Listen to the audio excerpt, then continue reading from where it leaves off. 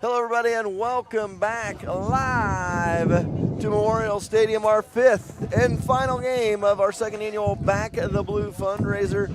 We'll have Gary join us in a little bit. He's talking to his son and Highway Patrolman Mr. Zach Davidson back there. We'll chat with him in a little bit, and a couple other patrolmen coming up. One of the 3 law enforcement agencies we were able to give $700 to today. Yeah, 700 times 3, folks. You guys came through. Our sponsors came through in the clutch. Aikens PC Repair, Wyatt Contracting, along with Hometown Young's. Flooring, and Young's, and also Church and Dwight. I mean, we've had some great sponsors. Trade Fair, Shivers, you got a lot of out there. Yeah, I mean, Young's Construction, everybody has come on board and made this a success, and we were able to give $2,100 to local law enforcement. And we're going to end the day with a 6th grade game, a Super Bowl rematch between the Excelsior Springs Tigers and the Harrisonville Wildcats. Harrisonville got nipped by Excelsior Springs last year in the Super Bowl, so they want a little bit of revenge on Back the Blue times 2. They would love to have it live in person and on TV today. Yeah, they're excited. They got the hottest part of the day. And once again, I do have the UCM shirt on, but remember, it's the Zach Davidson. The Zach Davidson. The Zach Davidson here in Harrisonville. So we'll bring Gary and them in here in just a couple of minutes. Hold number 6. And there it is, Phil, my first yawn of the afternoon. But you've made it a strong voice this whole time. Last year, when we watched you, you're starting to get tired, delirious. And so you've stayed strong. Good job. We got 6 minutes till this one, about 10 minutes till this one gets started. We have the coin toss in about 6 minutes. And like I was talking earlier, this is going to be almost like watching a rematch of the high schools playing the other night, because Excelsior Springs runs the same offense as the high school, and so does Harrisonville. So yeah, that quarterback-heavy run. You know, we were getting a little bit emotional. We were talking about youth sports and stuff, and us moving over to Warrensburg, and my wife she's boxing up stuff today. Oh, yeah. And she goes, I've been emotional boxing this stuff up. And she goes, now I'm crying, and then she has somebody that just messaged her that Collins is with, and the girls were worried that they're never going to see each other again. So that made it even worse. And so then I started thinking emotionally, because this is our community.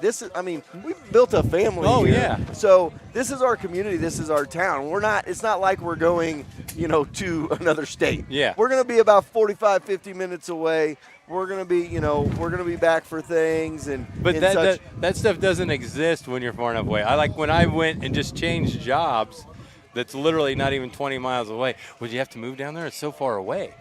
Well, no, it's not. Well, I'm I will right tell in the middle. I'm going to tell you right now. We thought you guys, yes, we thought we were gonna do this year here, and then transfer over in the summer, and we just got it. I mean, the kids went with Ange, and that drive 50 minutes each way each day. Kids getting up at 6 instead of 7. All the different factors.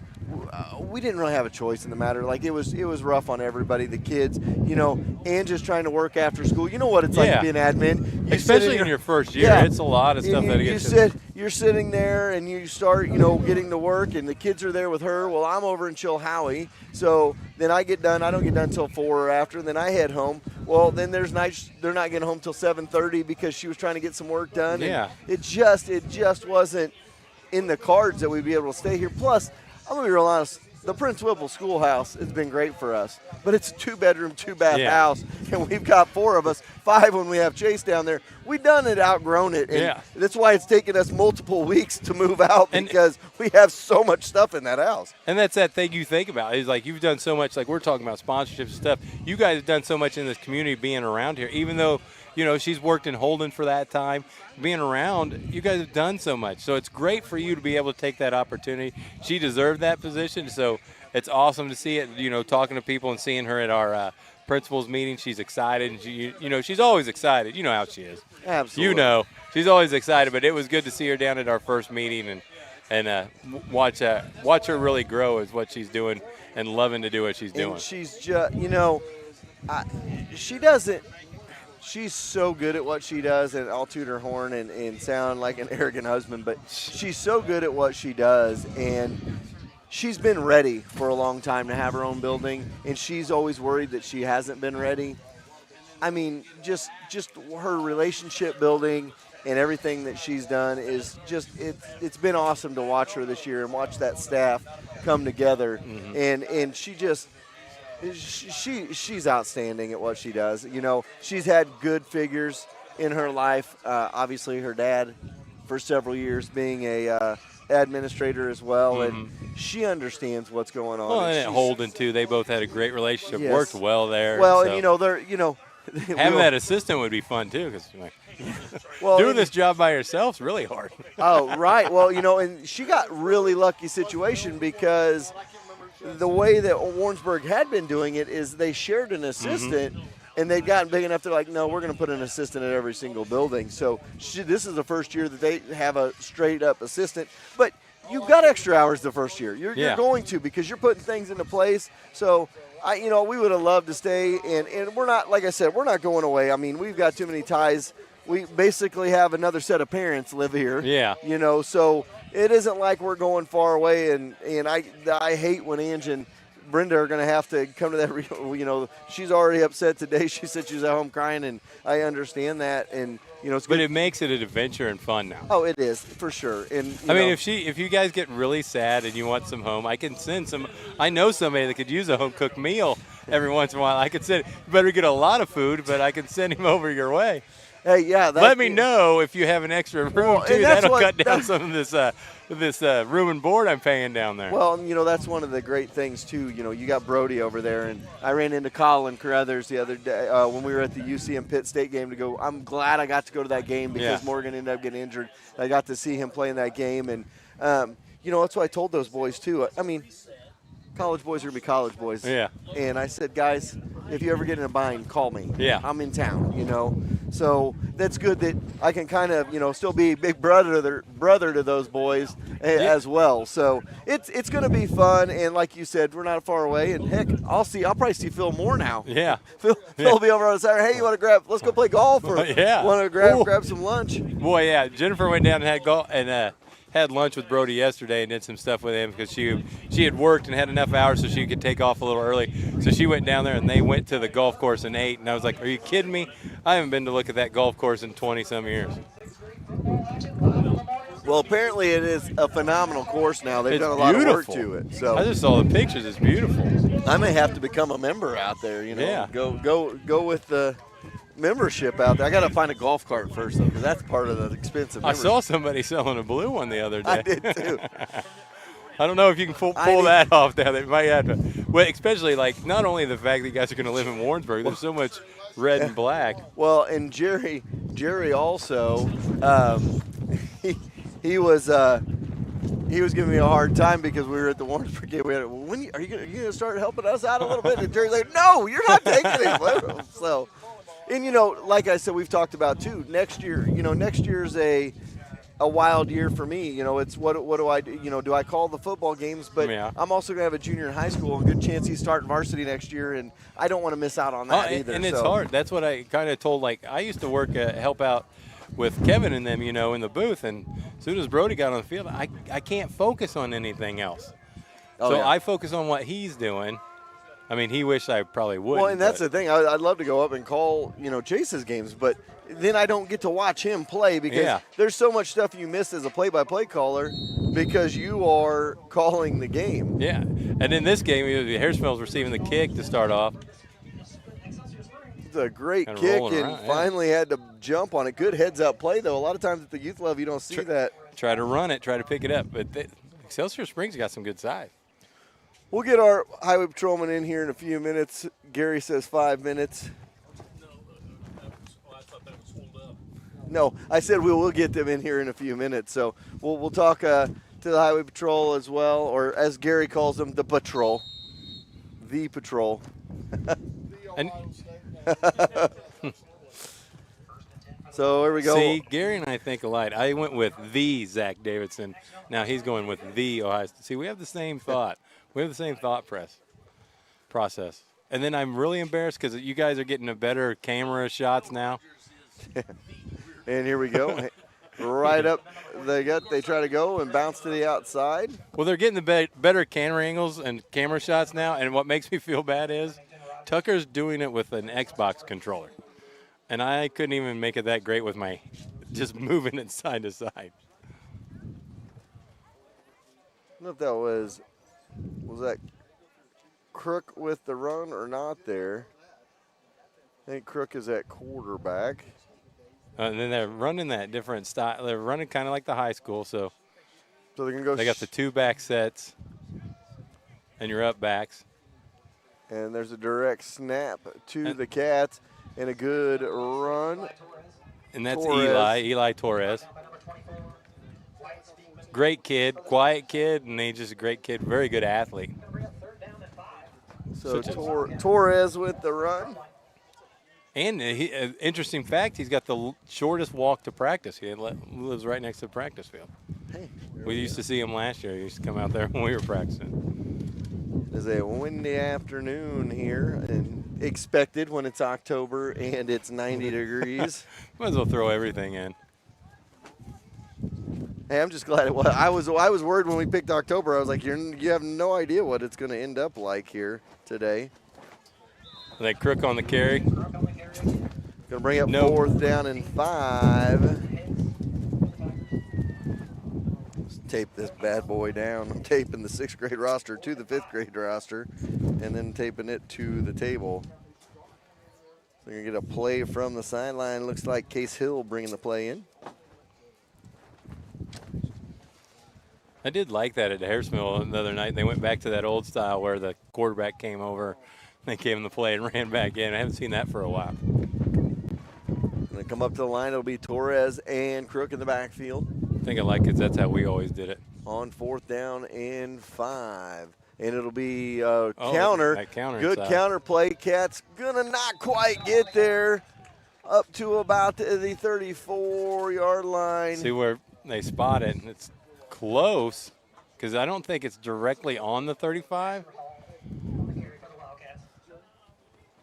And was that 4th? They're going to measure. So they're going to measure here.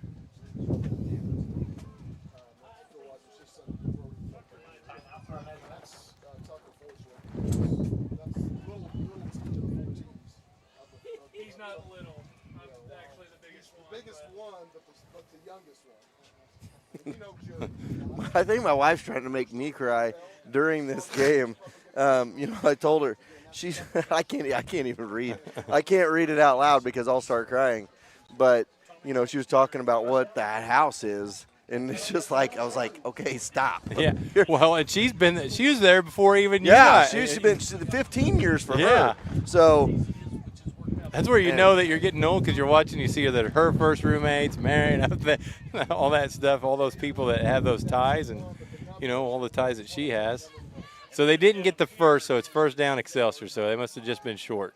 So ball at the 35 of the Cats. And they run that quarterback heavy run. So here we go on the motion. They're going to go with the handoff. Cats defense right there quickly. I believe that is 26 Eli Torres again on the tackle.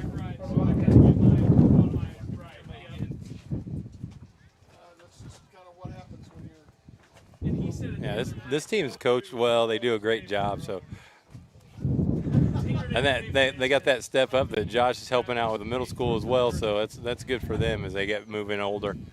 They'll be playing for him again next year, him and Baker. So they go with the wishbone formation now. They're going to go out a guy in motion. Excelsior with the ball. Then they go up the middle and then a bounce Breaks to the the tackle. outside. He's to the 20. To the house he goes. I think that was Marquise Schaus, number 88. I'll have to double check that. The front, you got to check at the back of his jersey. The front is kind of bunched up on him. Yeah, that is Schaus, number 88. I remember their jerseys always bunch up. I remember for years that I watch way too many of your broadcasts, but for years I've been watching.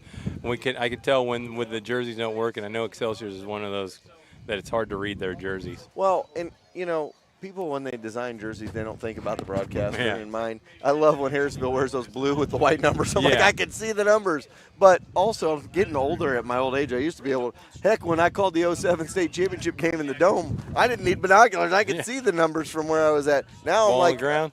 like, well, and it doesn't help. They're going to get to the Try to get- outside, to Nope. the corner, no good. 6-0, Open so field let's- tackle. Well, you being a high school basketball coach now, you got to go through your rules checklist, look at all the new rules change, and take that little test and everything. And I there's- still haven't done that because I Well- don't think they've given it to me yet. Oh, you better get into that because you got a while. You probably aren't going to start till November 1st, right? Yeah. So inside there, they like the last couple of years they've had uniform changes, and it's just little stuff like you have to have linings around the numbers and things like that. So it's kind of interesting. They come in and they kind of sell you all that stuff, try to sell you uniforms, and then you have to make sure you have everything that's all right.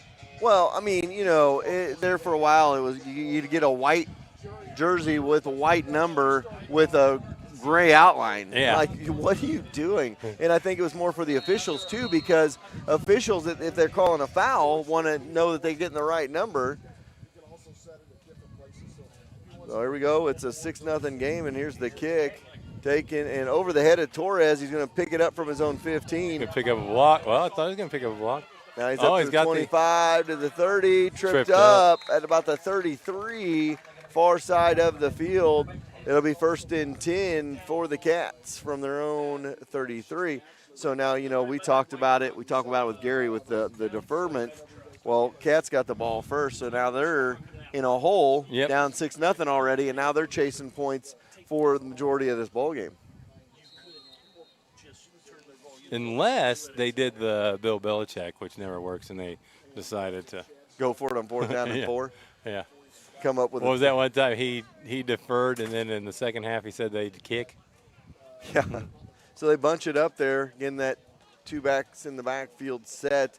Crook and Torres. Torres going to take the handoff, or the snap, I should say. breaks it on Bounces the to the outside. Nice to the stiff arm. 45, 50, and down the sideline to about 49. they call them right about the 50. They're not quite going to get to the 50. So on our own side of the 49, but it's good enough for a first down for the Cats, for Torres. It'll be on 1st and 10. Broke it to the outside, didn't stop. That's the biggest thing too, is like some of those bunches when they close down in, like we see at the high school level, keep churning those feet. Like we said one time, that's what squats do. Pop that outside and keep going. So it'll be a 1st and 10 for the Cats. Crook and Torres going to be in the backfield. They both I like how they both put their hands out there as if to say who's going to grab this snap. And this one will be Crook. He's going to try to get the outside. He's going to have to bring this one back. It looks like there's going to be a hold. Yeah, that flag came out pretty quick right where it was at. So it will be on the Cats. That'll push them back. 4:31 to go here first quarter. So we'll get, like I said, Gary's got some highway patrolmen up here. They're going to come and chat about our Back to Blue event here today. And Gary, we'll kind of give way to Gary on that. As he knows all of them. Get them a microphone over there as well. And Jerry vanished on me. I'm not real sure where Jerry went. So I hope we don't need a commercial break, Phil. Yeah, we're just going to keep going. You're doing a great job of saying all our sponsors anyways. Yeah, I mean, I do like the Braxton commercials. Those are sometimes my favorite because he likes to emphasize the ending. Those are always my favorite. And I know where you get all your tires and cars and where you bank. Hey, I mean, it's been for years, and some of those we're going to have to change up leaving town. Here's a good example. Here's a good example. So keep the savings account here, because then when you put money directly in it, you can't touch it. Yes. That's what we've realized over the years. So here's a good one for you. So I came over right after school yesterday. We knew we were going to be over here all weekend, and we were going to be boxing up most of the majority of our rest of our stuff. We got a couple big things still over here and everything. And so I get over. I need a haircut. Well, I go to Dusty here in town. Oh, yeah? And so 4 o'clock was the only time he had in the afternoon. I don't get out of school till 3:35 in Chilhowie. And I told him, I was like, I'm going to try to leave right after school, but I might get there till like 10 after. I got there at 4:05. I was straight trucking. I left right as the last bell rang. I even asked, I I asked my principal, I was like, hey, can I head out? I gotta get. She's like, yeah. She's like, go. Well, usually they're pretty strict. And it's about 10-minute difference, so not a big deal. So I get there, and Dusty's cut my hair, and he goes, I mean, I like your business. He goes, but I don't want you to think you have to come back and get your hair cut here every time. I go, Dusty, I'm going to be real honest with you. After today, I probably won't. I was like, it just so happened I knew we were going to be over here this week. And then Braxton got his hair cut. Dusty cut it. And Dusty at the barber's edge, he cuts your hair. Yep. And I know that he's been cutting my hair for probably the better part of over a year now. And it was just one of those things that What's funny about that, though, is I went down to Warrensburg to visit Brody, and he told me about where he got his hair cut because he had to get his hair cut down there. Did he get it at Fades or Varsity? Well, no, he went to some other I can't remember where it is, but it's over there off of it's on the north part. It's over by one of those little parks. And I went in there, he goes, well, Dad, they got really big beards like you. So I've gone in there a couple of times every time I visit. And so then we can do that. We can trim the beard and everything. And we get. What were you going to say, Phil? No, I was like, so I started going to them. So I'm like, okay, you just said, I've got to start getting my haircut in Warrensburg. I was like, I go down to my meetings once a month, and I'm like, well, I'll just grab a haircut if I'm down here and have time. So I was like, well, there's a couple of good ones. I can go to Dusty or I can go down there. There's a couple of good ones, and one's called Fades that one of Ange's teachers told him about, and then there's also a place called Varsity, and that was the one that Dusty told me about. He goes, hey, Varsity, I know the guy over there. He goes, it'd be a good one to go get your haircut at. So I will take Dusty's word for it. He does a great job on my hair. I mean, I don't have much of it left, getting the bald spot. Well, but then he's also good for it. It's like you got in there at 4. I bet you if you called him and said, hey, I'm not going to be making it till this time or this time. He's even told me if I call him and it's coming close to that 5:30 time when he calls, just call me ahead of time. If you can get in here 5-10 minutes, I'll get you. And so he's really good, works with that. So I like going in there, does a great job. So we got Jerry fixing up stuff here. I don't know if we're gonna. I wonder if Jerry. I wonder how fancy Jerry can get. We may do a picture-in-picture here. And we got a minute 47 till the end of this quarter. So. Well, we'll just wait until the end of the quarter. I knew that they were taking a timeout, but we'll just wait till the end of the quarter and do it at halftime. I mean, excuse me, between first and second. Yeah. We can do it the whole second quarter. It's all good. And it's fourth and long. You think Zach or Andy has that much to say? I know Tanner doesn't have that much to say, but the only problem of it is you'll do enough for him. Yeah. that's no job. Well, hey, you know what? I can't get him to talk on a broadcast on Friday night, but yet then when this comes up. No, wait a minute. It's not that you can't get me to talk. You don't take a breath long enough for me to talk. Yeah, because he was going to town when you were coaching. I was along for the ride. I'll have to go back and watch that game though. So. Oh, we had fun up here. Yeah. Without you, we had fun. Excelsior takes over. They got a first and 10. Harrisonville stopped on downs. And, you know, the Cats have been struggling to move the ball. That Excelsior defense has been stout so far in this one. It's a Super Bowl rematch from last year. And towards the end of the first quarter, 1:42 to go, we got Gary back there. He's got some of the high patrolmen here, including his son, Zach. And, you know, we'll talk about that a little bit in the second quarter. Old number 6, remember. Old number 6. Yeah, number 6. Number 6 in your program, number 1 in your heart. And guess what? He went from number 6 to having your 6. Oh. Yeah. He went from number 6 to having your 6. That's true. So I'm not on the air, so. Yeah, that is true. He did. That's exactly right. In law enforcement terms, absolutely. Sometimes he's got my 6. Other times he doesn't. But when it really counts, he does have my 6. He's got all our 6, and that's what true. all these guys got our 6, and that's what this is all about. So we got about a minute 13 to go. We'll introduce these guys between the quarters, and then we'll have them on to talk in the second quarter. I'll kind of take Phil's position in the second quarter to be the guy that falls in and go, okay, well, we do have a football game going on. Oh, I'm perfect with that.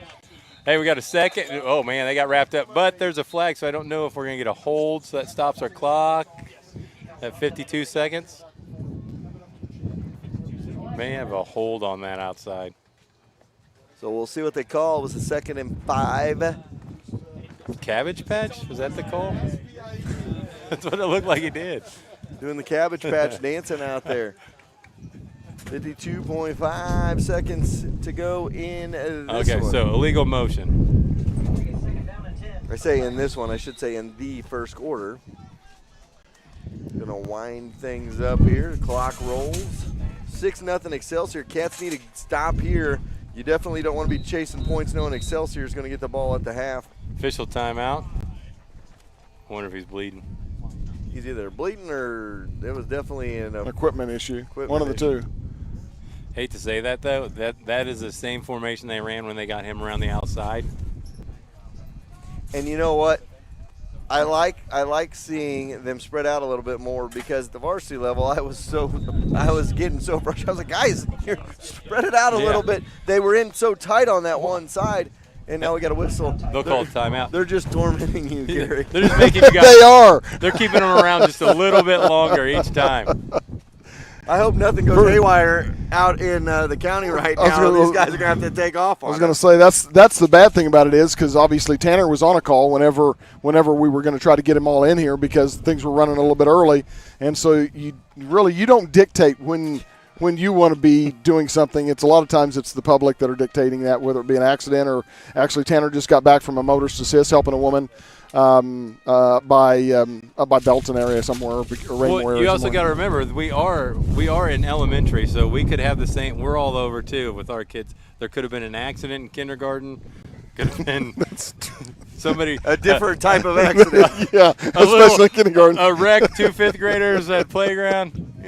Or you could have my last hour of class yesterday, and a kid decided he was going to try to run 12 mile an hour on one of our treadmills while opening a Coca-Cola and take a spill off the back of it, hit his side, and maybe broke his wrist. Oh. And I'm like, buddy, what are you thinking? Straight up the middle. No one wraps him up, breaks a couple tackles. Well, the thing is I went home last night and I started talking to my wife, the life of a principal. I go, well, we had an assembly, and then she corrected me or something. I go, well, at the first assembly we did this. She goes, wait, the first assembly? I go, okay. Then we had fire safety week, and she goes, oh my gosh, what are you telling me now? I go, they did put a pie in my face at the first assembly. Then we had fire safety week, and then we had the homecoming parade. She's like, who planned this? Aren't you the principal? Aren't you in charge? And I said, and we finished it up with an assembly, a virtual assembly that we did online. She's like, I don't know who makes these decisions. Ball comes out. Cats are saying they've got it. We'll see. The officials will umpile So it. my planning was really And bad. no, it will be. But it's Excelsior. time ran out. So fourth down when they come back from the quarter. So we will get these guys in here. Gary has got a microphone, and they're going to talk. I think Jerry's got it. I'm going to kind of back off here and trying to lean back.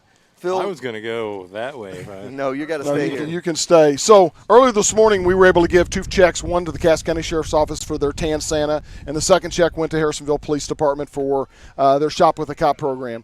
And obviously last night I spoke with you, Andy Bell, Sergeant Andy Bell with the Missouri State Highway Patrol, Trooper Tanner Wallace with the Missouri State Highway Patrol, and I hope a lot of people don't hold it against him, but this is my son, Zach Davidson, trooper with the Highway Patrol. Anyway, we were able to give those checks, and so last night I talked to you, Andy, and asked if we could possibly make a way, because it's very hard to get money to the Highway Patrol. It's very difficult, and so therefore we were able to work out a way where we could get some money, because every year, and I couldn't remember the year that it started, that when Michael Webster was killed by the drunk driver on 40 Highway in Blue Springs, at that point in time, shortly thereafter, we started doing the Michael Webster toy drive. What year did that start? I couldn't remember. Yeah, so again, thanks for having us today. And it's Michael Webster's blood drive that we just concluded. It's Michael Newton. That's Michael right. Newton that was killed out on I-70 in 2003, I believe that was. And we started soon after working with the Newton family to find a way to pay tribute to the family, his legacy. So the toy drive, we partnered with Ronald McDonald. The Ronald McDonald House works really closely with Children's Mercy Hospital. And they have a lot of needs that almost go unmet sometimes. So 2 things that we had an opportunity to do in the memory of Mike Newton. Raise a bunch of money to buy a bunch of toys to take to the hospital. And I believe you yourself, Zach, you've been there. Tanner, you might be here this year. We deliver these toys to these kids that have these terrible illnesses, these terrible diseases that they just may not, it may be their last Christmas. So for them to have a smile in that moment, their parents to witness that, and for us, you've been there many times, it weighs heavy on your heart. So that gives us that opportunity to deliver those toys, and then we go over to the Ronald McDonald House and prepare that meal for those families too. Right, and it's something that really, unless you've had the opportunity of doing it and being there and seeing it and really feeling that joy that it gives the young girls and boys that we're able to make happy with giving them a gift that they may not get that Christmas just because they're in the hospital, and there very many times that may be their last Christmas. And so that's been the one thing that I really enjoyed. Zach had the opportunity to start doing that as well before he came on the patrol and then afterwards, and so I know he's really enjoyed that as well. So Zach, if you want to tell us actually, what it did, how you felt about being at the Ronald McDonald House, cooking. I know you don't cook a whole lot, but I know you've been up and helped cook as well. So yeah, no, absolutely. We I don't cook at home, as you know, but you go out there and it's kind of neat to see both Missouri troopers and then also Kansas troopers. They're involved in it too. They come and just a whole bunch of troopers cooking, and then obviously we serve the meals to the kids. So it's a really neat experience, and definitely something that I want to continue doing if the opportunity allows it. And your guys, it's a little different what you guys are doing giving back as opposed to, Cass County and Harrisonville. They're kind of in a situation where they're giving the other side of the law enforcement, showing them that, hey, these guys are good too. You guys are helping families out. I mean, it's not just the kids too. I mean, I'm sure it's huge for the families in those situations as well, that they're able to be there and be able to do that as well. And I appreciate you guys being able to come up here. I'm glad we were able to do this. And, it's kind of cool because we're doing Back the Blue times too. Hard to believe, but this guy was a little guy not too long ago out here on this field and was a Back the Blue, or he was a little blue too. So now he went from a little blue Wildcat to backing R6, number 6 as we called him, and now he's backing R6 and taking care of us. So that's kind of a cool segue with this. It is. I had never really thought about that, and obviously Tanner is the newest member to the zone to Cass County. I mean, I was thinking that because he looks like he's 9. and I got to spend some time. Hey, don't let it fool you, though. Yeah. He knows how to sweet talk people. I got to spend some time with him the other night on the roadside because he was helping somebody. I mean, what the patrol does, they do a lot of things, and he was there at a motorist assist, and I happened to be there as well. And it's just what they do. And Tanner, why don't you talk a little bit about your experience in law enforcement and being here in Cass County? So far, my experience has been awesome. You get a wide variety of things you encounter every day, whether that's helping someone stranded on the side of the road change a tire, or being that calm in a situation where the people you're dealing with, they just went through the most chaotic thing that their world could have ever gone through, and you can be that sense of calm for them, or even maybe taking someone off the street that would harm a innocent citizen. Just that wide range is very rewarding. Yeah. And I grew up in Southwest Missouri, and I will say that I already feel like I'm part of the community in Cass County. Just as good as the community members all treat us, it's I can't ask for much more. Yeah, we talked about that this morning, how well Cass County receives law enforcement. I mean, we're lucky because there are other parts of the state and actually the nation that we don't get that type of. You all don't get that type of a treatment, and so being part of the member here in Cass County is got to make you feel good because the public treats you well as much as you can want to be treated. Absolutely. So, and you bring up a lot of different aspects of that because people don't think about the time when it may be the worst part of their life and you're having to deal with them, whether it be a fatality accident or something where you're having to render aid to somebody that really needs it. So you bring up a lot of aspects of that. So anyway, I'm very proud. Obviously this was my employer who I worked with. Really is my career, and I enjoyed for almost 34 years. And I'm very proud to have obviously my son following my footsteps, but people like Tanner. And I've worked with Andy for many years. I mean, Andy's been on the street. His dad is a retired state trooper, so he's a legacy, just kind of like Zach is a legacy. So well, and in talking about that, I think this is a really cool story. Gary retired right when Zach was coming on, and he was able to give Zach his badge number, and I thought that was a really awesome thing. I mean, that's just one of the things I think is the coolest thing in the world. And I know it makes me a little bit emotional. I know it has to make you a little bit emotional as well. It does, and the kind of an ironic story, Andy's father was 96, okay? You'd have to understand the structure of the patrol, but 96 ultimately became a staff member, a lieutenant.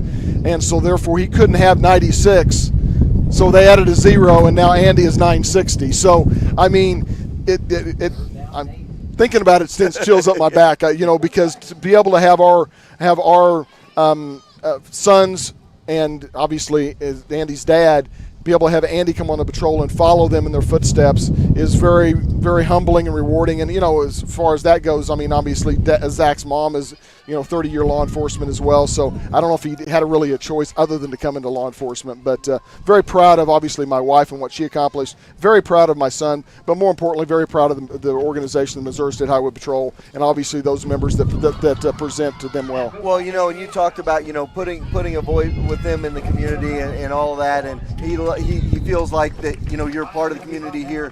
Cass County is a great community when it comes to law enforcement, where in the other areas of the U.S. it might not be. And that was one of the reasons we started this idea for Back the Blue last year, was because you guys weren't getting great publicity, and we thought it was ridiculous. And I said, we need to do something for our local law enforcement, and it's just grown. We were able to give $1,700 total dollars last year, $2,100 this year, and it just shows you what the people of Cass County think of our law enforcement, that over 2 years time period, we've been able to give almost $4,000 to law enforcement. So I know that it's an awesome thing. And Andy, as I said a while ago, is our public information officer. If anybody understands that like they should, it would be Andy, because he's the one that actually meets the public, has to go out and give press releases, in the good and the bad. I'm sure they've seen him, most recently at some scenes, and I don't think anybody really realizes how much it takes to be able to stand up in front of a camera and talk about probably the worst part of anybody's life. And Andy has to do that from a standpoint of the Highway Patrol.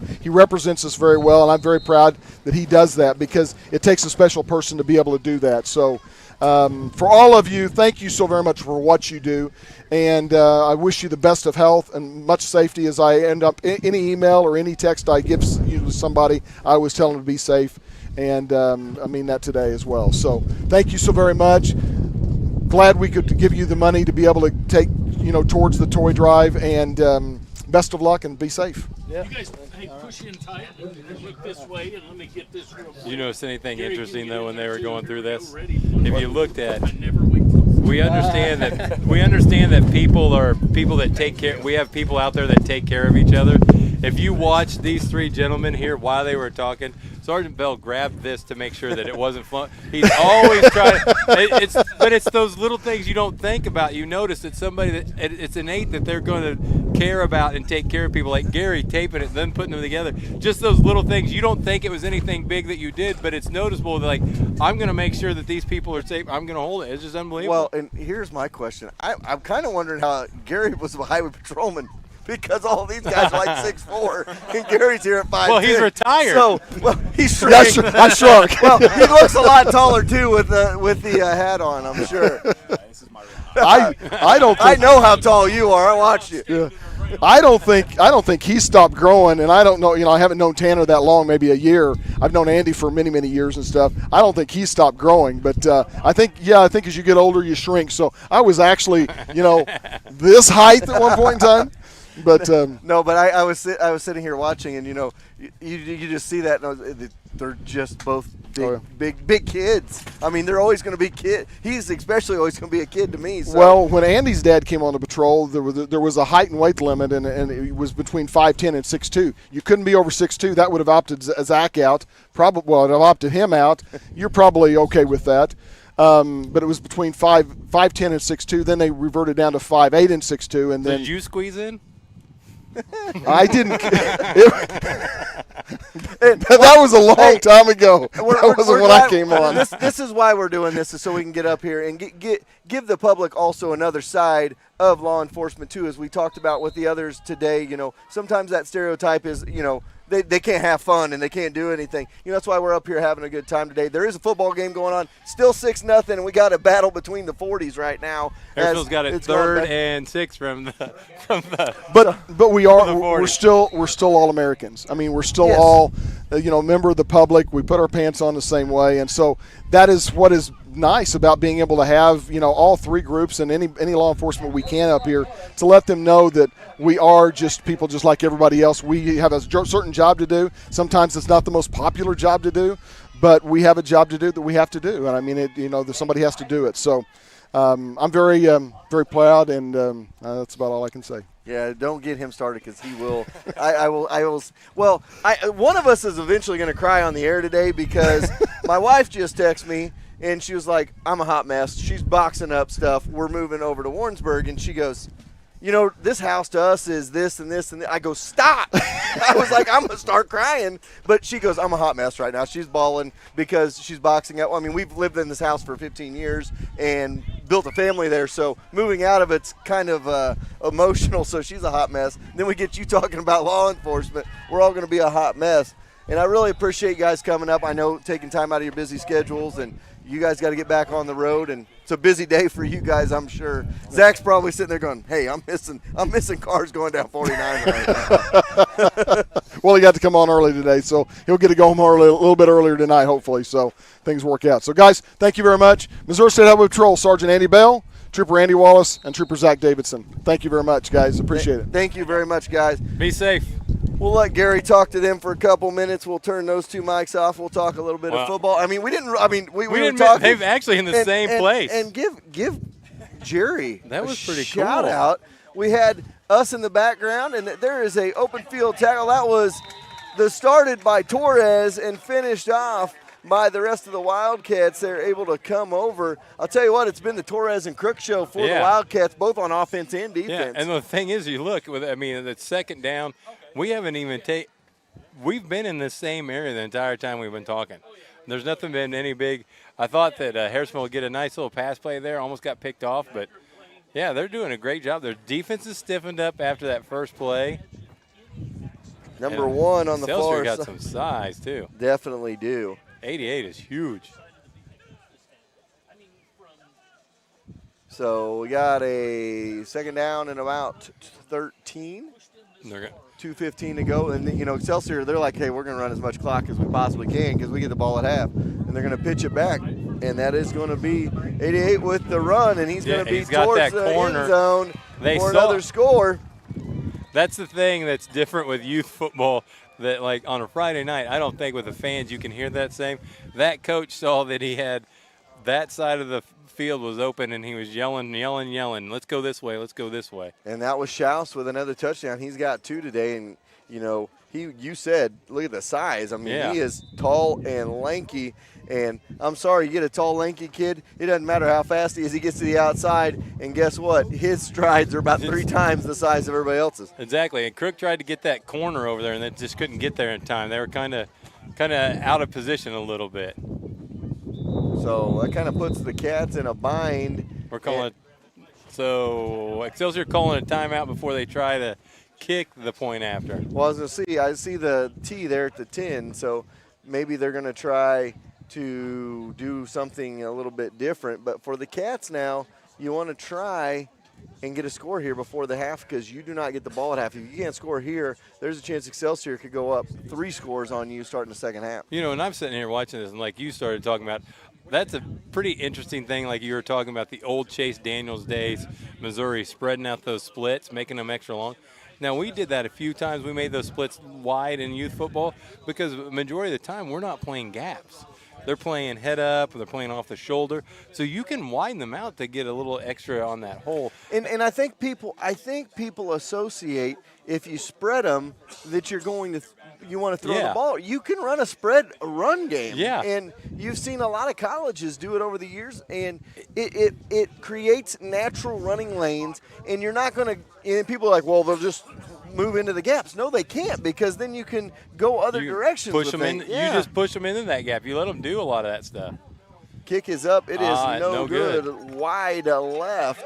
So it remains 12-0 with 2:02 to go here in a half. And that's the thing, is it kind of is almost a way to create your hole before you've even started that, so you give a little bit of advantage off to your group. Now, what's your wife going to think when you go home and watch all these games back and listen to yourself and me talk? She's going to be like, I listen to you talk all the time. What Wait till she's asleep. What are you talking about? You put my voice on there, put her to It's sleep. been going, all right. And then Well, she got me headphones. Oh, well, hey, you know what I figured out too? So we have a couple of Apple TVs. And Yeah. and people are like, you got an Apple TV? Well, it's a box. Yeah. It's a media player, basically. Well, I've got AirPods. I can hook up my AirPods to my Apple TV, so my TV can be on, and I can have AirPods in. So I'm stoked to get my TV up in my bedroom, because then she can go to bed. That's perfect. I got Roku. We got Roku TV, so I got that on my phone, that controller, so I can run that through my headphones and watch TV and listen. Crook with the return up to the 45. See if the Cats offense can get something doing with 1:56 to go here. But I'm trying to read more because I got to get that dissertation done. Yep. Be careful. Our troopers are heading out. I appreciate them coming up here. I mean, you know, that's the thing about law enforcement. They have a thankless job. I mean, you know, so many times. And that was one of the reasons we put this to paper last year and decided to do the Back of the Blue, is because it was at a time where, you know, political aspirations for everybody got involved, and, you know, we started talking about defunding law enforcement and things of that nature, and I just thought it was a good way in an area like this where law enforcement and, you know, military is so prominent and important, that we put a spotlight on them in the good ways. Fumble that counter. Well, and you're right. But we look at, Excelsior recovers. Now the Cats in a deep hole here because Excelsior gets the ball with 1:50. Hey, I'm running that end around with Schaus again right here. Well, and then that's that. The thing, like you were talking about law enforcement, sometimes that's a thing we forget about.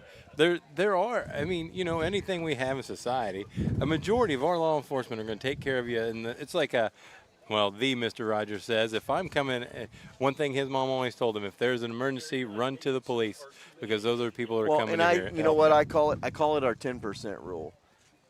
There's 10% of people are bad. 10% of this is that. 10%. It's always that 10%. You got that 90 and you got that 10%. And the problem is our media has gotten astray, both sides. They got the corner, same running backs got the edge. Schaus to the house. They just ran it the other way. Schaus to the house. Holy That's Moses. Work. Well, you just got that. I would love that call. Schaus to the house. What do you think? I just turned the thing on when you said Schaus to the house, and I'm thinking, what are you talking about? Because I hadn't even turned around and looked at it. So it's 18-0. Yeah, even with your 10%, I think it was, I can't remember what wide receiver it was, but there was a tweet out for a while. He said, hey, if I make $900,000 and somebody takes $10 out of my account, am I going to be mad, or am I going to enjoy the $890,000 at 99, you know? And so you've got to, there's the bad, and you've got to still realize that there is a lot of good. Well, and there's certain, you know, like I said, you know, you look at both sides on the media, and you got to stop with portraying the bad, because, you know, it's like, you know, they have a thankless job, and people are like, oh, well, law enforcement, you know, this happened, so law enforcement's bad. Same situation when a teacher does something stupid. Yeah. Or are we all that bad? No. No. It's just there's a couple bad eggs here and there. And then you look at, you know, anything is like that where you're like, no, that's not the way it is. You know, we get along. We all get along. But they're going to portray when there's riots in a town that's that way everywhere. Yeah. You know what? We all get along every day in Cass County. We don't have a problem with it. But guess what? There's no media down here checking that out, because that doesn't fit everything else that's going on. So well, and it is that interesting thing. We've been around Zach long enough. He's been that kind of guy that goes up and talks. We were talking earlier about him helping the youth in games and stuff like that. He's a guy that gave his time then when he was in high school. He didn't think about it. You see his mom and dad, they've always given their time. And so those are the things you got to remember. They're out here doing, I mean, it was just that small little gesture that I knew no one would notice, but just holding that when that wind gust, that was his first reaction, was, I'm going to stop and help out. And you don't think about that stuff. And that's Andy. Because we do that. We might be people that do that kind of stuff too, but that's what's awesome about it. And two, just to tell you, all these different organizations we have, the fun. If you want to know about what it's like to be law enforcement, especially Cass County, they still have. Do they still have, Gary? Do you know if they have the citizen patrol where they can come in and they can go through that couple week classes and then do the ride-alongs and stuff like that? They did. I don't know that they've still got it or not. Obviously, I can check with the sheriff and check and make sure.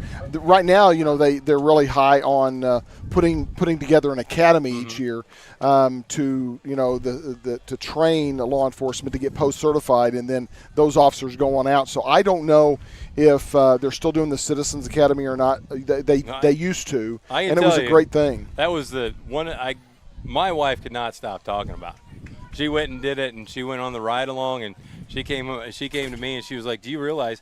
And we don't realize, like, Highway Patrol, how far they cover, much less our county. So I mean, my wife's telling me, she goes, "We went from," what'd she say? They went from Archie to Gun City because there's no that. Plus, it was like, and no telling, depending on the call, how short a time it will take to get there. And they didn't have any of these Citizens Academies until the good old movie Police Academy came out years ago. Citizen on Patrol. Oh, there you go. Citizens on Patrol. Sorry, I just remember that song. And 90% of the people that are listening right now are thinking, I have no idea what they're even talking about. That's probably true. But we have 20 seconds left to go into the half, and it is 3rd and long for Harrisonville. It's been a struggle offensively for the Cats here in the first half. Let's see if they can put something together. That was a Braxton moment. Absolutely, I like it. My wife was cracking me up here as she was just texting. I'll tell you when we get to halftime. Torres not going to be able to get there, and that'll be the last play of the first half.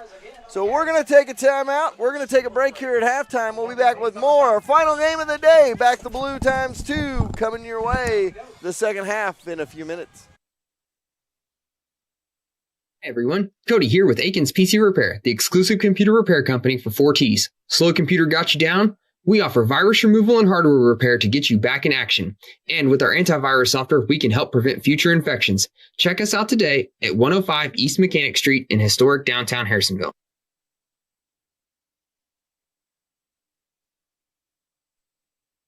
No matter the time of day, we could all use a Route 44 from Sonic. Good news, if you order in the Sonic app, you get happy hour all day. That means drinks are half price anytime on the Sonic app. Don't worry, it's still traditional happy hour from 2 to 4 every day at the Sonic of Harrisonville.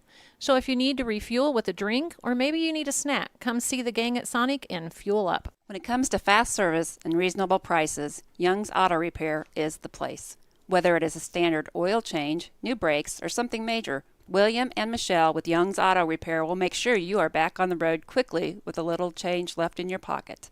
Don't break the bank when it comes to your vehicle needs. Instead, come to the shop that keeps the cost in check and you rolling back down the highways. Young's Auto Repair, right across the street from Young's Tire and Wheel Center on South Commercial. Sure, you could drive to the city and save a few dollars on tires, but why? Young's Tire and Wheel Center in Harrisonville is family-owned and operated, and their clients are like family. That, coupled with free flat tire repair on new tires for the life of the tire, means you'd be crazy to drive all over the place to save $1. Trust Young's. That's who 4Ts trust to get them safely to all Wildcat games, home or away. Young's Tire and Wheel Center on South Commercial in Harrisonville. Church & DeWitt is one of the world leaders in household and personal care products, and we want you to join our team in Harrisonville. You'll get the chance to work with winning brands that consumers love. We offer starting salaries ranging from $20.50 to $39 per hour, depending on experience. A signing bonus of $2,500. Comprehensive benefits, paid time off, and every other weekend is a 3-day weekend. To apply, go to churchdewhite.com and click on Careers. Why would you ever trust a guy in a big store with helping you pick out the right flooring for your house? I wouldn't. I'd call Hometown Flooring in Harrisonville. They will travel to you, consult with you, and come up with the best options for you, your house, and your budget. Everything from carpet and vinyl to hardwood and backsplash, this store has it all. Your money stays right here in the community these owners grew up in.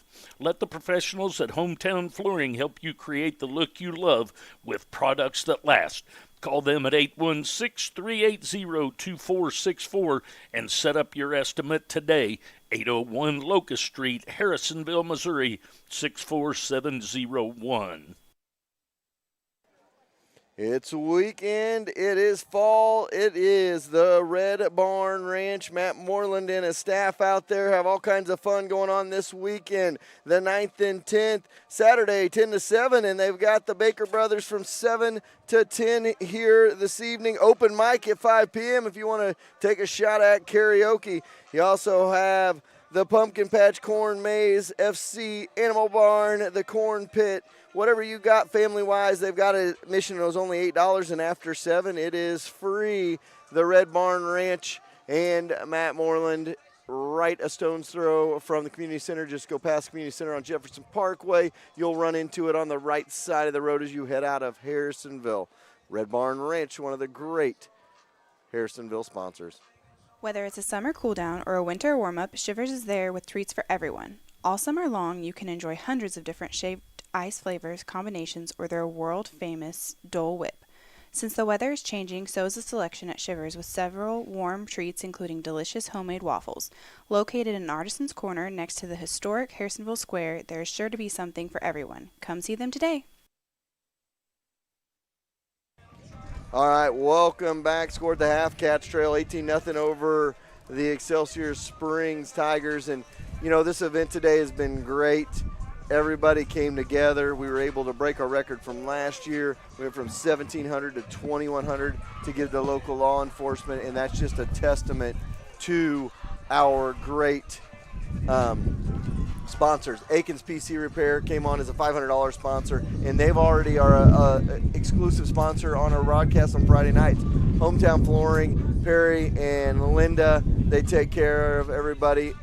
There's flooring in town. You don't need to go out of town. SB Wyatt Contracting comes up huge yesterday, kicks us a $1,000 sponsorship, and Church and Dwight, one of the largest employers here in Cass County and in Harrisonville as well. You got Sonic, Drive-In, Holland Auto Sales, Lacey Dominic, Shelter Insurance, Young's Tire and Wheel Center, Young's Auto Repair, Red Barn Ranch, Yard Designs Casco put our awesome sign out there. You've seen that time to time today. Young's Construction, the Trade Fair, and Shivers, and they've all done this. Want to give a shout out to Lacey Dominic of Shelter Insurance, and she is in the middle of a competition with Cam Chenoweth of American Family. I didn't want to say it too loud because Cam. Yeah, we tried to shame him this morning, so he didn't call us. So I highly doubt Cam is listening right now, but he could be.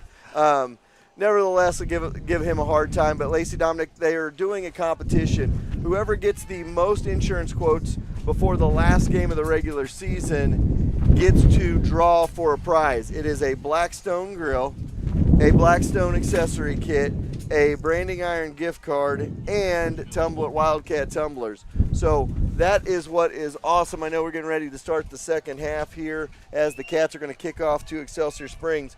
But call Lacey, get an insurance quote, and you can get entered to win that. Now, if you want a double chance to win, I'd call them both just because you can cover your ear, because whoever gets the most, you're going to be in both batches to be able to pick it out. I think Harrisonville got it. I think Harrisonville is on it. Onside kick to start the second half.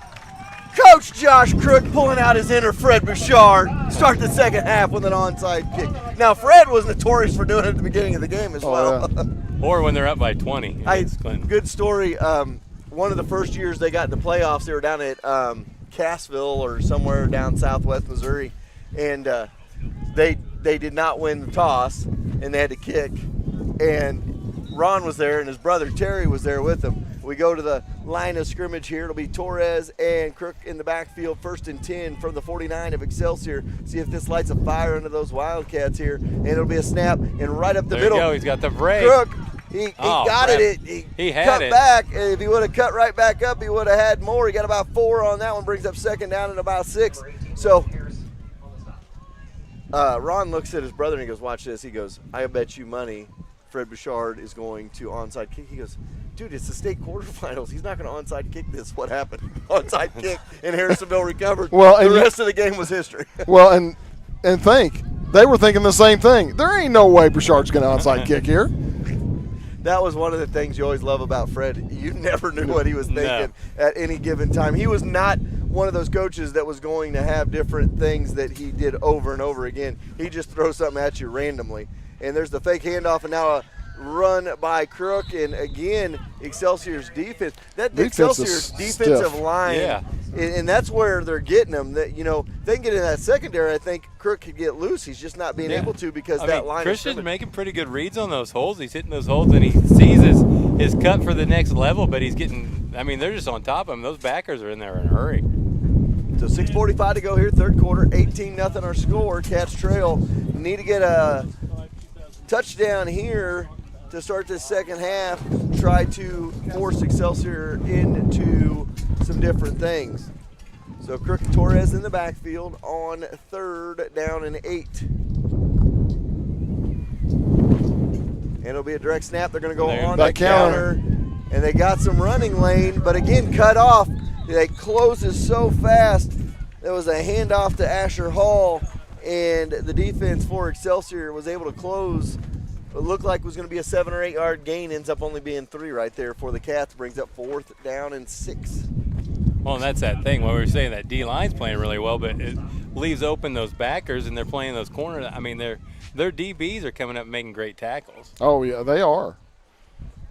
They've got obviously a stiff defense, one to hold Harrisonville to 0 points in the first half. Mm-hmm. Especially with the speed out of this Harrisonville team. So it brings up a 4th down for the Cats on the 45 of Excelsior. They got to get a first down at the 39. They leave that one safety back. They just sit there and wait and try to find it. So go get the blocks, and they're going to make a first down, and not quite. Let's see where they get the spot. Austin's getting close on that spot. Let's see where Austin spots him. It's going to be, they're going to have to, the way. That's a spot, Austin. That's a spot in the first down because it was right past the line. Right where Austin was coming up. Austin gave him a good spot. I think he was a little bit short. I was going to say, that has been a situation here that you've seen a couple of times today. 4th down and about 5 or 6. They needed 6 and they got 5.5, or they needed 7, they got 6.5. Finally get that extra half yard and move the sticks down to the 39. So picking that up will kind of help. And I wonder if Josh is going to try to throw the ball on this first down. Well, while he's coming to the line, I'll tell you guys that if you go to 4ts.com, go to Vintage Uploads, you can go see that kick if you scroll way down there. 2005, 2006, Harrisonville, Cassville. There you go, open in the middle. So Torres about to pick up another first down on the 3rd and 9. Jerry scared the Jesus out of me all of a sudden out of nowhere. I knew when he was asking me about it a while ago, I knew it looked like he was probably looking for it. And obviously we know that Jerry has got all of that technology to be able to go back, and he's uploaded a lot of those to the Vintage 4Ts. But remember, and he found everybody, we're in the second half, so if you want to watch that, go there after the second half. Third quarter, 4:30 to go in the third. Cats are moving. Nice little drive. On this drive, down about a yard to go, ball at the 30 with 4:25 to go here in the third. The snap, Crook going to take it. He's going to go right up the middle, breaks the tackle, and it looked like it was face mask. That's what it looked like. I think he's got enough for a first down, though. We'll see where they mark it to move those sticks again, and that will be another first down for the Wildcats. And as we say on Friday night, that's a Trophy's Maytag Home Appliance Center first down, and it moves it to the 29. And you were talking about Jerry and all the technology he has and all the things. He's got all these vintage uploads. He uploaded the 2007 state semifinal game against Grain Valley. I don't know if you were here at that game. I was. And I mean, it was about 6 deep all the way around. There was a ton of people here. I think they estimated about 6,000 people here for that game. And I was broadcasting. That was my first year broadcasting. So the camera was right here next to me. So you can hear, if you go back and watch that, you can hear my play-by-play call in the background of that. It was kind of funny hearing some of those calls because I remember some of those calls. That was the year Derek Haug was a freshman, and the entire year I called him Hog, Derek Hogg, because I was told it was Hog by somebody else until I got to basketball season, and somebody's like, it's Haug. I was like, okay, well, that little freshman joke on him. Yeah, that was what they were doing. They tried to run that counter the other way, kind of got bottled up there. So 2nd down and 11 from the 30. 3:12 left and clock running in the third. They've got to score 3 times and get an extra point to put Excelsior down by 1. So they've got a lot of work to do, and they need to score right here to do that. Crook looking for a lane, and that line is just not holding. Up. Holy Moses, we just now got these. It's our last game of the day. We got our, if you hear us ripping into them, we have a Friday night tradition. Super fruity. We have the Fruity Twizzlers. So, oh wait, Tucker, you don't get any. You've only been here half the time. So, you know, interesting enough, that Green Valley team was coached by Coach Ravello was their head coach at that time. He was former head coach at Sherwood. I did not know that. In the late 80s. So 3rd down and 13 from about the 32-yard line. Hand off up the middle and back to the line of scrimmage maybe, and then push back. I mean, it delayed in that handoff. But it's a 3rd and long. Oh, 4th and long, sorry. So it brings up 4th and about 15, ball at the 33 of the Tigers. Got 1:45 left. So 3rd quarter, 1:45 to go in the 3rd quarter. Excelsior didn't even only bring their football team. They brought a crew of cheerleaders, and we've started seeing that over the years. Love to see that because obviously, that's a sport as well, and it gets them the opportunity to cheer in front of a crowd and get ready, obviously, for the Monday nights initially, and then ultimately the Friday nights. What they're looking for, and then there's going to be a timeout on the field. Is that a Harrisonville timeout? Timeout for, I think so, because Crook was walking over to the sideline to talk it over, and I think they were like, okay, we're going to use timeout, give a little extra time. So 1:25 to go 3rd quarter. Cats down 18-0. Our 5th and final game of the 2nd annual Back the Blue Times 2 event. If you're just joining us, I doubt you're just joining us, but if you are just joining us, we were able to raise $2,100 for local law enforcement, and it has been a pleasure. We were able to give $700 to the Cass County Sheriff's Department, $700 to the Harrisonville Police Department for Shop with a Cop. For Cass County, it was for the Tan Santa, and then $700 for the Missouri Highway Patrol for the Michael Newton Toy Drive. For the Newton Toy Drive. So all 3 of those great things, and we're glad we were able to give $2,100 to make a lot of kids' Christmases a little more special this year. Yeah, and I had been saying Michael, I had a brain fart, but anyway, I have been saying Michael Webster. Michael Webster's, we do a blood drive for him each year. He was killed on 40. Michael Newton was killed on I-70. He was on a traffic stop, had a violator with him in his car, and a pickup with a trailer rear-ended him. Car caught fire. The violator, they were able to get the violator out, but not Michael Newton. And that's picked off. So he was he was killed in that fire. So that's what the Newton Toy Drive is about. So Schaus with an interception. He's got 3 touchdowns on the day. I think he has all 3 touchdowns for Excelsior. And he now gets the pick. I didn't see who the quarterback who threw that was. So it'll be the 1st and 10 for Excelsior Springs from their own 29-yard line. Come to the line of scrimmage here for Excelsior Springs. They got that spread out there, and there's nobody on that wide receiver up there. This is what happens when you got a kid that has wants to win. If you notice, his mouthpiece is chewed on the ends because he gets mad and he gnaws on it because he gets upset. They're going to go in motion. And they're going to fake that handoff, and they're going to go around the side, near side, and the Cat defense is there to close them out. And that was great staying home by him because he had to cut back inside. And Caden Baker was there. Caden Baker in on the tackle, and a couple other Wildcats as well. So 1 minute to go, third quarter, 18-0. Clock continues to roll. Excelsior not going to be in any hurry here. I mean, 3 big plays is what's got them their scores. The defense has played pretty well. Those 3 big plays are it. You know, Jerry was talking about getting up here dark. I thought I got up here early at about 6:30. Jerry got here about 5:15 this morning to start getting things set up, and it was definitely dark when we got here this morning. Up the middle they're going to go. I believe that was Schaus again on the carry. Going to bring up third down and about 7 for Excelsior, and that'll probably be the last play of this third quarter as the clock will roll. We'll see if they try to get one more in. He's sprinting like they want to get one more play in on third down. 9. I don't think they're going to get it. All right, they're going to have to hurry. 2-1. They call a timeout.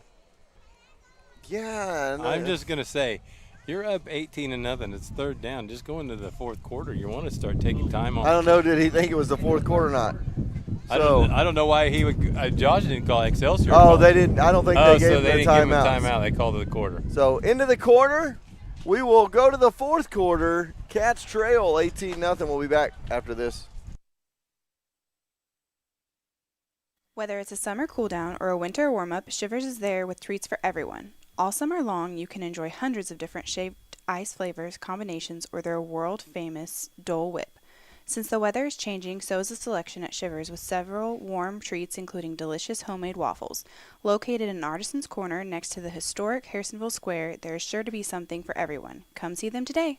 You always worry about your deck catching fire when you have a fire. Put Young's Construction to work for you to create a beautiful backyard patio and fire pit. Or if you are tired of endless cracks and crumbles in your driveway, they can help you out there as well. Call Young's Construction at 816-738-1005 for a free estimate today.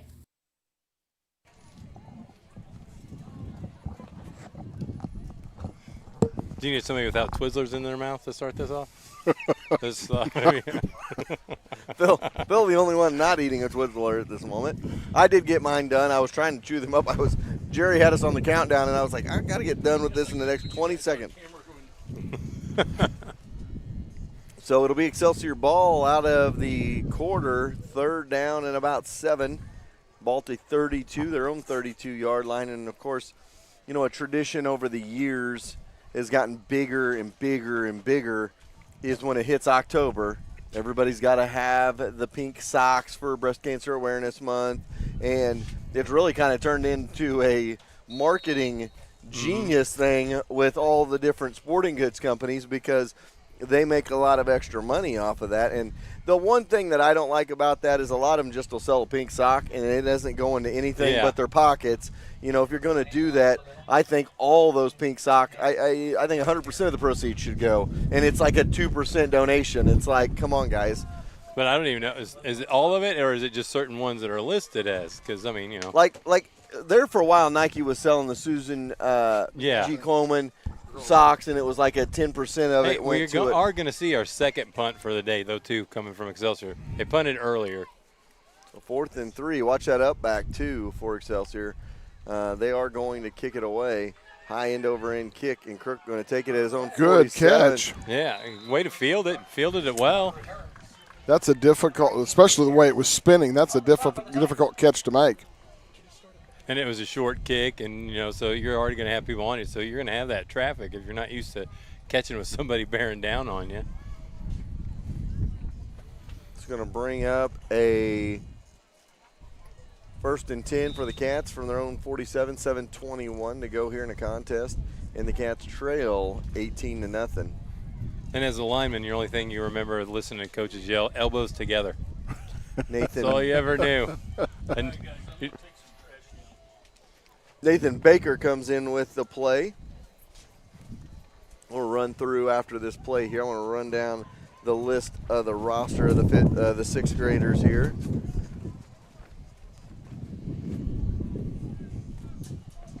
Nathan was on our Super Bowl winning flag team back in the day.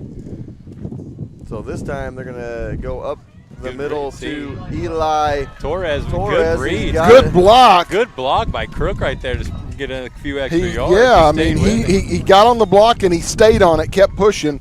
And he did the thing that usually kids that age don't think about doing. He wasn't locked in, and so when they were going, instead of trying to make that grip, he kind of let him go through. So got enough for a first down. And that was a tackle by number 1. And I mean, I may make the same mistake that Gary made last year, but I'm pretty sure that's a girl out there. Samantha McCoy made that tackle. Yeah, probably. I'm not saying anything. When I coached 8th grade here, we had a girl that played DB for us. She did an awesome job. Look, he's going to make good reads. He really sees this hole. So an 8-yard run, a little bit of fire for the Cats here. Looking to check into the ball game is number 50, Jalen Jones. So let me run down here. Nathan Baker, number 1. Connor Pruitt, number 7. Reese Bechtel, number 9. Ever Loffel, number 10. Striker Gilmore, number 15. Tucker Rushley, number 17. Hero McCoy, number 19. Case Hill, number 20. Patrick Dunteman, number 22. Jackson Little, 23. Eli Torres, 26. Cabron Clark, 32. Asher Hull, 35. Christian Crook, 42. Jalen Jones, number 50. We get up to the line of scrimmage. Briar short. Owens, number 58. Chase Middlemas, number 62. Here we go. Under center. And 2 backs in the backfield, and they're going to go right up the middle with it. And I believe that was Cabron Clark. Look at that spot. I think you're going first. Or might have been Asher Hull. So Caden Baker, number 63. Isaiah Jones, number 72. Colton Thompson, number 78. Peyton Kincaid, number 80. And Seth Tyler, number 95. But the Cats move the sticks and another first down. Down to the 32. 5:35 to go here in the fourth quarter. Tucker Rushley, good football mind. When we had him in flag, he could design some plays, wrote up some plays for us. He loves football, I'll tell you what. So I got those 3 backs in the backfield. Going to give it through to Torres. He's going to get a couple of yards down to the 29-yard line. And that's that first thing, that other coachable thing, that when they get there, if you notice, if he would have went like that, things that we talk about is he had the hash to the numbers, and then he's there. That cutting back in the middle, he must have saw something that maybe we didn't see up here, but he runs the ball pretty well. He's got good hips too. Both their backs are really good. And then they're without Striker Gilmore, and you add him into the mix, they're going to be a tough out come Super Bowl time if they get Striker back. And nowhere to go for Torres on that one. Might look like a busted play there. Kind of ran in and tried to run the back the other way, nothing doing. And Striker was our quarterback on that flag team, and his dad helped me out as offense coordinator, so we were both over there, and we had 4th and 7 from our 3. And so I told him, I said, let's run a quarterback boot. And he's like, well, it's not going to work. Well, Striker took that thing down 80 yards down the other end. So that kid, he's a gamer too. 3rd down and 8. So 4:05, clock running. Go back to that formation, and it'll be Crook up the middle. And those linebackers right there after about 2-3 yards take him down. Look like a tackle by number 50, Remington Rogers. Hey, I don't know if that's any relation. It's about 4th and 7. It's been a great afternoon and morning of football. I've been here since 6:30. Jerry's been here since 5, and we're approaching 5 o'clock in the evening. So I was supposed to leave here at noon. and he's still here. Well, and I truly think we found there's a good pass. Going to be a first down. But Chad, I think we have found the opportunity today for the future. Tucker, he looks good. It's called something by the name of Phil Rogers. You know, whenever we need to. Man, I haven't even got fully moved to Warrensburg, and you're already kicking me out of the booth. He's too addicted. I know I was not speaking of me. So So you didn't understand what I said, I guess. I knew what you were talking about. I'm just giving you a hard time. All right, so we got the shotgun formation. Another pass, another catch. Great catch. That was Crook on the near side. Maybe they should have been doing that all game. Yeah, they need to move. They're moving the ball really well. Good job getting out of bounds, stopping the clock. And those aren't hard. Those are not easy throws for a sixth grader to be making right not there. Easy throws for a high school player. We talked about that last Saturday. Those crossing routes, that's all about timing. Because that throw we were talking about against Excelsior Springs from 2 years ago from Esmond Glenn, that wasn't. Oh. He was only a freshman, so that doesn't count as being a real high school kid to make that throw. So Hall going to throw it towards the end zone, picked off. Crook going to drag him down from behind. But the good part that you see out of it, if Josh putting those plays together, there are 2 or 3 people going out for a pass. Mm-hmm. It's not just one that are focusing on one, so he's got 3 options. But that's a great drive. That's something to hang their hat on right now. Oh, absolutely. So 2:45 to go here, fourth quarter. Cats down 18-0. Another solid drive. Cats have just had some good drives in the ballgame, just have come up a little bit short on those drives. Yeah. It's kind of like last weekend. In our flag game, we got beat 20-6. We had a touchdown, which should have been a touchdown. They drug our kid from the neck down at like the 10. I don't know why that's not an automatic touchdown. Yeah. So that would have been a touchdown. And then at half, we got a touchdown at the half. Braxton threw a pass to one of our running backs out of the backfield, went for 6. They called a false start. I'm like, we're talking 1 and 2 or first and second graders. So those got called back, and then Braxton threw a pick 6 to a kid that's, I think, in 8th grade. he was like your height, not my height, because he wasn't quite my height. he was that's all twice today, Jerry. I don't know. It's enough to get him in the highway patrol. It was. Those boot lifts got it. See, we all can get – the good thing is we can all have some fun up here and give each other a hard time. And Gary's going to rethink what he said earlier about that addition. Yeah. He's like, wait, you want to feel right? No. So 159 and counting here, and that is a false start, going to push them back 5 yards to the 8 or 9 yard line. But, no, it's, one of those things that, a misplay here or misplay there changes the whole complexion of a football game. That's kind of what happened, I think, last week.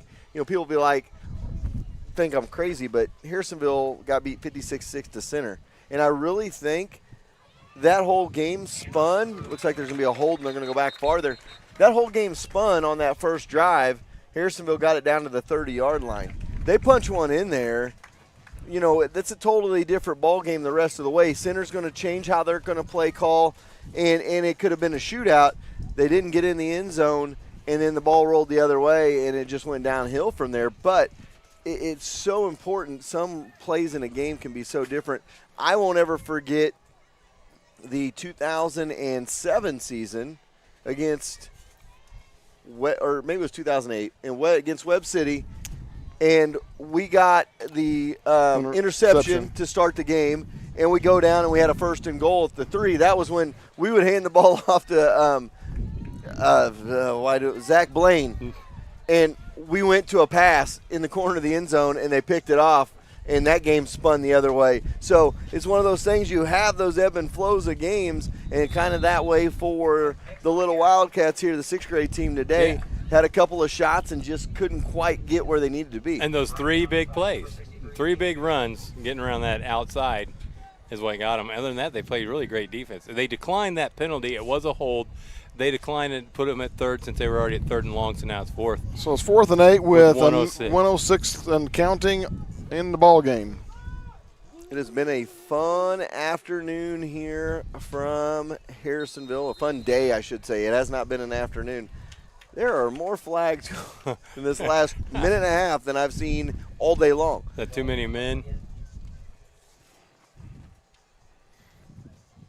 So if they were not near their own goal line, this would be about 4th and 47 or 4th and about Grandview. And they're punting. And I think Josh still has all 3 timeouts. They could probably get a score in. So 18-0 the score. Cats down, 43 seconds to go. and they're going to punt it away on 4th down. He gets it away, low line drive, and it goes past Crook. I want to say Crooks. It's Crook, and it goes to the 35. And that was smart. You know, a lot of times you want to go back there and try to pick up that ball as it's still rolling. You end up touching it, and if you don't get it cleanly, now you're in a battle to try to do it. So obviously somebody's taught him that, hey, if it doesn't look like you're going to be able to get it clean, let it go, and then run from offense. And Yeah. I like the way he did that. And the way he moves, that kid you can tell that kid loves football. Oh. I mean, just watching him out here. So I kind of figure the head coach You kind of kinda instilled the love for football in that young man. And like you said, Gary, that's the hard part at that age. You know you're running out of time. You want to make a play. Hall under center, wide receiver to his left, wide receiver to his right. Torres in the backfield behind him now he's going to go into the shotgun with Torres next to him on 1st and 10. And looking to pass, Hall's going to let it. Oh, he's wide open to the 10, to the 5. Oh! Timeout. And who was it again? Schaus with the tackle for Excelsior. And he closed quickly on that. You weren't on yet, and we were talking about Schaus. Regardless of how fast he is, he's twice as tall as most of those kids, so his stride is twice as long, so he does close quickly. And that was a beautiful pass and catch. I mean, it couldn't have been – he was right in stride. I mean, it was a nice spiral. Couldn't have asked for any better pass. Now, I'm pretty sure that his brother is Levi, who's the quarterback for the 8th grade middle school, and Corbin Hall. No, that was Asher Hall on the throw, number 35. Oh, okay. But there's 2 holes out there. Or there's a hill and a hole. Or it could be like – Well, it could be. I think that's probably a little brother for both those two, Corbin and – Well, it could be, Levi. or it could be like my flag football team. I have 3 Eastons and an Ethan on it. So, Jerry's been here long enough. He's starting to pack up stuff. He's like, I'm getting out of here. I don't blame him. It's been a long day. It's been a great day, though. We were able to raise $2,100 for local law enforcement. There it is. Punch it in. And no, they're going to say he was down short. So it makes it 2nd and goal. And I figured they had 2 plays called.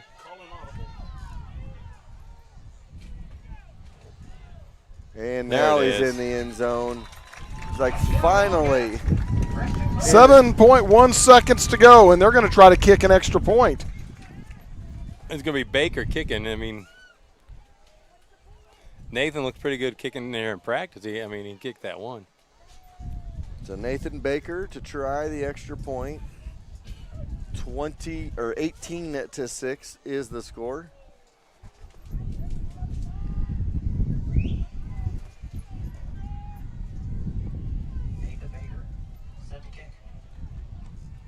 The snap, the kick. Wow. And good. There's your future. Absolutely. 18-8. Hey, now you got an onside kick, obviously. Yeah, and air it out. I mean, heck, you already hit one deep. I don't know we've got a 10-point play, though. We got an 8-point play. 14 to 18 looks a lot. It does. So 7.1 seconds to go. The thing is if you pooch kick it over the top like we did the last time, it's going to bounce around and take your whole 7 seconds. True. So out here to kick it is Nathan Baker. Talked about the 6th grade team. They were undefeated coming into the game, 3-0.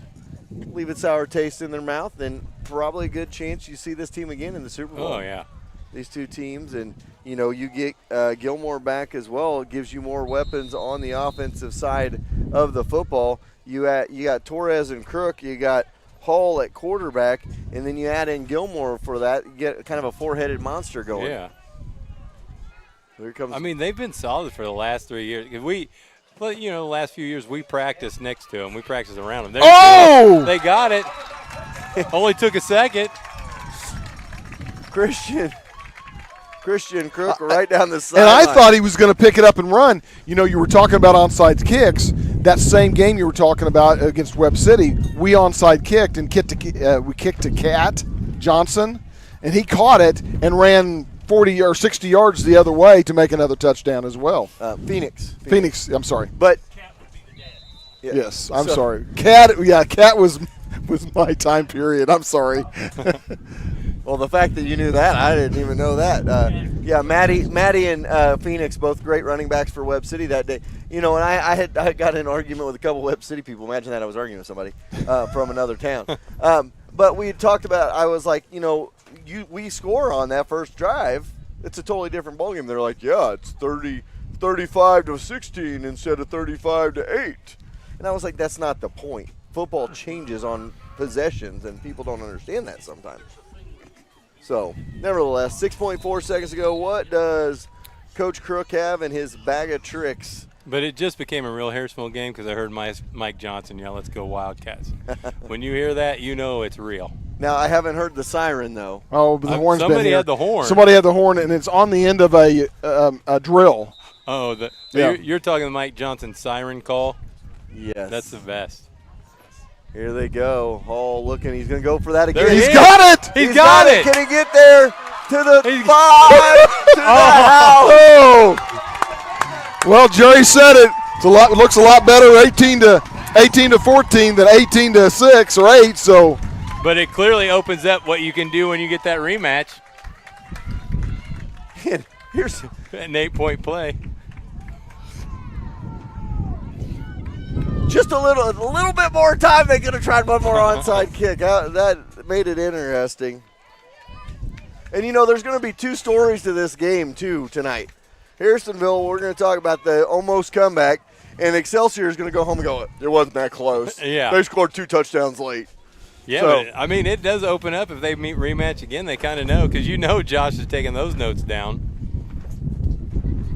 And the kick is up, and it is good. Drilled. That would have been good from about 30.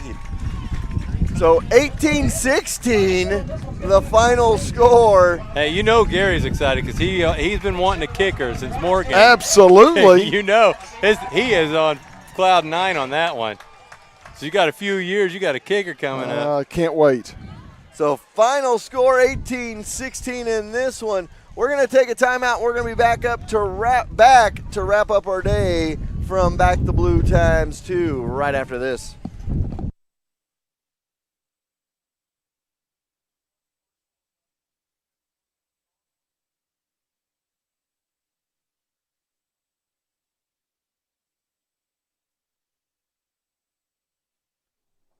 Have you ever needed multiple things for a project at home, but didn't want to go all over the city to get what you need? Then you need to go see Tom and Lonnie Cook at the 38,000 square foot Trade Fair Mall. Over 200 booths with things like homemade butter, new and used furniture, and a little bit of everything in between. Harrisonville's Trade Fair Mall can be your one stop for everything.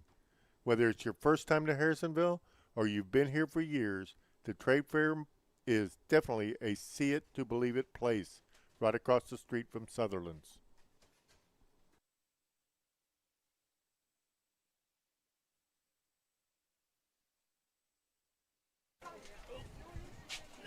All right, welcome back. Final score 18-16 in this one. And we are here finishing things up. I think Phil's done. He was like, I'm out. He's going over there. Guys, it's been a great day. 5 games in. We were able to give $2,100 to law enforcement, and that was what this day was about, between law enforcement and these little guys out on the field, and they gave their all day. And, the fight and the sacrifice that the law enforcement has, I think, was a microcosm of this last game here. They could have laid down when the game was kind of out of reach. They didn't do it, and they fought, ended up losing 18-16 as opposed to 18-0. And, that's kind of thing with law enforcement is they're never going to give up on you. They're always going to be there for you. And so kind of a cool end to the day. It is a cool end of the day. And, you don't know how much I appreciate, again, to be a part of, obviously, this broadcast, but this day, because this day means a lot to me, obviously, given the fact that we'll be able to promote law enforcement, number one, get some people up here that are in law enforcement and let people know that, they're just an everyday folk. They just have a different job than some of them do. And number two is to be able to help the children that they're going to be able to help come this Christmas, whether it be for the Tan Santa with the Sheriff's Department, or whether it be for the Shop with a Cop with the Harrisonville Police Department, or the Michael Newton Toy Drive, which will benefit children in the hospital at KU and at Children's Mercy, and then obviously at Ronald McDonald House. So having the opportunity to be with all three of those programs and work with them, that's a big part of our family and our life and stuff, and so it's great to be able to be part of that and be able to give back to that as much as we can. And one of the things I'm the most proud of with doing Back the Blue these 2 years, as well as Hoops for Hope, we've been able to give $5,400 to organizations in our community over the last year, and that just shows you what we feel our community needs. And we've been able to do that, and I think that's what makes me the most proud. $5,400 that our community has helped us raise. That's what I was going to say. We're kind of the conduit here, but that money didn't come from us. That came from our sponsors that you heard from all day long. So the opportunities that we were given to be able to give that money back comes from the people. Even some individuals, there were 4 or 5 different individuals that brought up $100 checks and $100 bills, knowing what we were doing, what it was, who it was benefiting. So, I mean, that just goes to show you the community we live in and the people that are around here that support law enforcement. And you said it, we are the middleman, so to speak, and we were able to put this program on today and be able to do this and highlight our youth program and highlight the future of Wildcat football, but we were also able to highlight those guys that protect us to make sure we can have this youth football day in and day out and year in and year out. So it's been great, and I can't thank Aikens PC Repair and Wyatt Contracting, as well as Church and Dwight and Hometown Flooring and all the rest of our sponsors. Those 4 came up just between those 4, able to donate $2,500. It just shows you how great that our community is, and all of our sponsors rock, and this is what makes it such a special community to be a part of.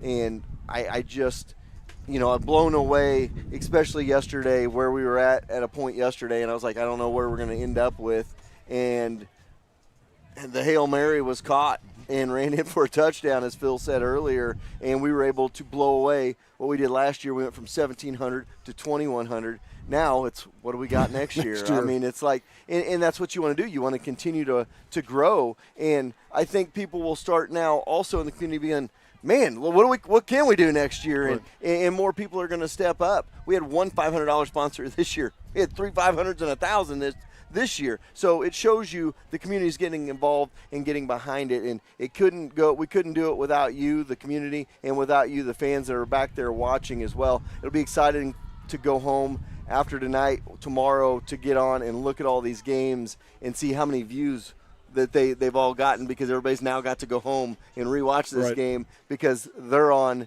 the 4Ts just like the big kids are. Yeah, and what Jerry does behind the scenes to be able to produce this and be able to split the games up so that way you can go back and watch your own game rather than having to find it during the thing. You'll be able to watch it. Just go up to 4ts.com, find your game, watch it, and enjoy. And I hope you not only enjoy the game, but also the things that we were doing today to support law enforcement and our youth football. So, that's going to wrap it up for us. I mean, it's been a long day. Jerry's ready to go home and take a nap. He may just go to bed and wake up tomorrow afternoon because he's been up here since 5 o'clock. So for Phil Rogers back in the corner for helping us out today, for Tucker Forschler, for Jerry Forschler, and for Gary Davidson, I'm saying good afternoon from Harrisonville. We'll see you next Friday night in Oak Grove as the Cats take on the Panthers.